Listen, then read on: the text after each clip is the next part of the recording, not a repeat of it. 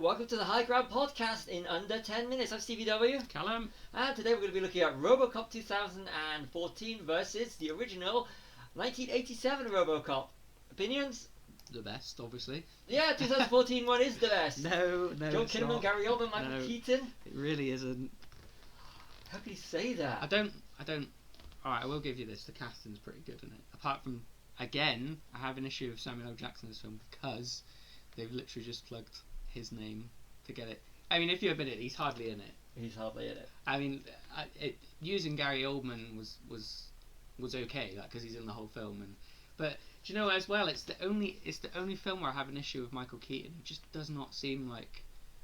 I'm not sure I've seen him as a villain before, but it doesn't seem to suit him very well. And he seemed to just do like a phone-in performance for me. It's a paycheck movie. It was a paycheck movie, yeah, and the whole stupid Batman reference as well. Like, does it come in black? Like, how much? Yeah, we get it. He's Batman. I actually just thought it was like, oh, we'll do it black just so he separates him and make him look more streamlined and more futuristic, and the red visor. But I really liked when you see in the trailer when he's got the silver original outfit on. I thought that would have been great if they'd have just kept that in the new one. But I don't know. It's watered down. They use robots instead of people as the bad guys to avoid blood, and it's not bad. Like, Joel Kinnaman was good. I like him. He's a good actor. I didn't like I didn't like the whole head in a tube bit. Weird, isn't it? They sort of maybe implied it in the original, but never showed you. I thought that made it that was a bit twisted when they could have, where he wasn't dead. No, he's a cyborg, isn't he? Yeah, he was unlike the original Murphy.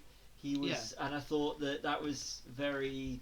They did it just for the sake of just so let's see what we could do. This shock value, I thought so that didn't work for me. I've always thought of him as like kind of the way Darth Vader is, like it's just the body and the head, and like prosthetic limbs, and that's how I always thought RoboCop was. Same here, and I thought that I mean the original, the satire of the original, and it's just the hard R was it a hard R in America? Yeah, 100%. But 80 certificate in the UK versus a 12 A in the UK for the remake.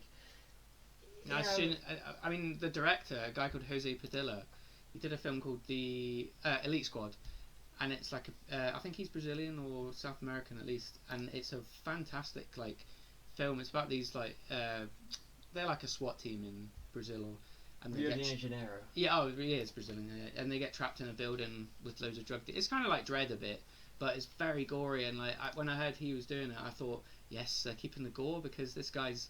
And then as soon as they said it was a 12A, I just thought, oh, I'm not interested. Like it just. But they really doesn't. You can't do RoboCop sanitized like that though, because the point of it was the violence. In a sense, you know. To me, it's very.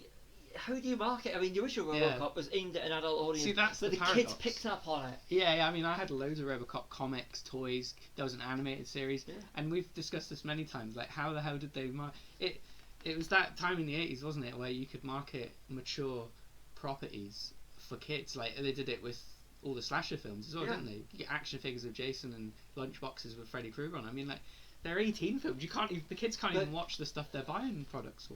It's just hilarious. You know, children weren't supposed to get hold of them. No, they were in a house with a video recorder. You can guarantee to watch. There was no restrictions in our house. Oh, and RoboCop was one like that because kids love robots. Yeah. And especially if they're cops. Yeah, and it worked. It worked perfectly on the two levels, except for the gore, of course, which was especially the bit where. Yeah, but I mean. What's his name? I find the character. Emil. Oh, where at the end, toxic man. Yeah, that's I used to call him toxic. But but I mean, even that, like, Verhoeven's always said in like his commentaries and his documentaries that my violence is always satirized, and it's comic book violence because he says that he grew up in occupied Holland in World War II, so he's more like qualified to talk about violence than a lot of directors are, and he said comic violence is easier to stomach. He says, you think this is hard to stomach, then real violence is even harder. Yeah. So I actually, if you ever get a chance to watch, he did a World War II film called Black Book, and it's about Dutch resistance, and it's fantastic. I mean, like when he's outside of, he's a great director. He's one of my favorite directors anyway. But when he's also outside of the action, the blockbusters films, when he does his smaller films, he did a film called Elle as well a few years ago. It's his first like French language film. And he's really good at the intimate, sort of short, little films as well. He's I think he's a really talented director. I think people just think he's the Starship Troopers guy or he's the Total Recall guy, but there's way more to him than that. Striptease. no, Showgirls. Showgirls, sorry, yeah. Showgirls, yeah, which I actually didn't mind at first, but then the whole sex scene, rape scene... No, rape scene is... They sexualise the sex scene and the rape scene, if you knock the volume out, it's the same Yeah, scene, yeah, I don't like it, and but... Hollow Man's kind of like, okay, like... I remember as a kid watching Robocop. I watched Robocop hundreds of times as a kid because it was such an enjoyable action film. It still is. You can watch, like, it's in my top 5 films. I absolutely can't get enough of Robocop. I mean, I've always wanted to meet someone from it, but it's probably never going to happen. You never know. We'll do a convention circuit. Yeah, I mean, I'd like to see... Peter Weller seems like a really cool guy. Star Trek.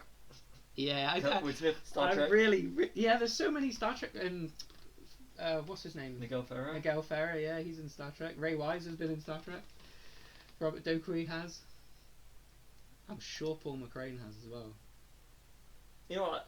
I know this is under 10 minutes, but we are going to do a longer one. Yeah, we will do. These. We will do. Or an audio commentary. Yeah, we'll definitely do it after we've watched the box set.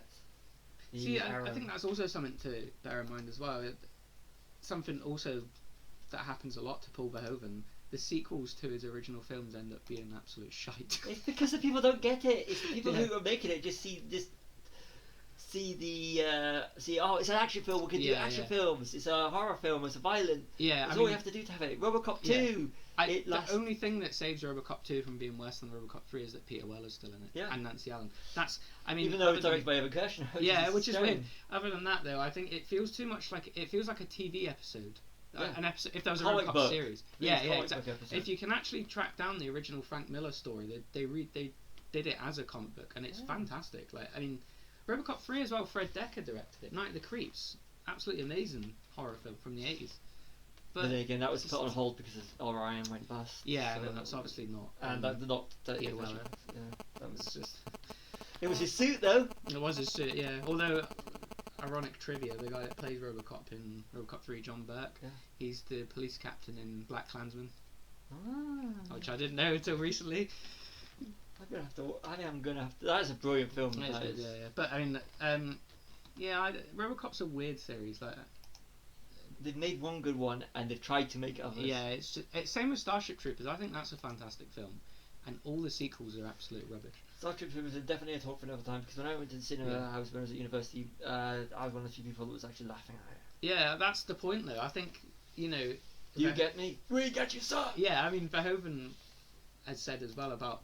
he understands propaganda as well, the fact that when you actually look at it, you have to laugh because it's quite sad that people would fall for all this jingoism and the amount of Nazi imagery in that film is unbelievable. So, like, if you don't get that, then... Thinking I think with Robocop though, because there was no underlying message to Robocop, the remake. Yeah, I mean, and I think that's why, and there's no inner depth to it. That's why I think that ever since '87 they've not been able to get it right outside of comics and stuff. Yeah. Because comics keep aiming at a kids market, so all you got to do is have Robocop going around shooting villains. Yeah, and I think the thing about the message, we've said this on our thing about zombie films as well with Romero. A lot of remakes strip down the essence of the original and just they take the formula but not the end product, if you know what I mean. So, I mean, like by making a remake of Robocop, they've obviously just plonked CGI in it, made him look cool on a motorbike and stuff like that. You know, that wasn't the point of the original. That he was a cool cyborg. It was violence is bad, and sometimes you need to use violence to fight violence. That was the original message. And same with when they remade Dawn of the Dead. You know, it was running zombies and they were cool. It wasn't like we're stuck in a hyper palace of consumerism being devoured by our own people. You know, it was just they do it with remakes all the time. I haven't found a lot of remakes that actually digest the message of the original. We're gonna have to stop when we get under 10 minutes. I think we can definitely say that it's the original Robocop better than any of the sequels, and especially the 2014 remake. Continue to be continued after we watch the Arrow version. Full on. Yeah, buy the Arrow version. See you all in under 10 minutes on the High Ground podcast. Bye.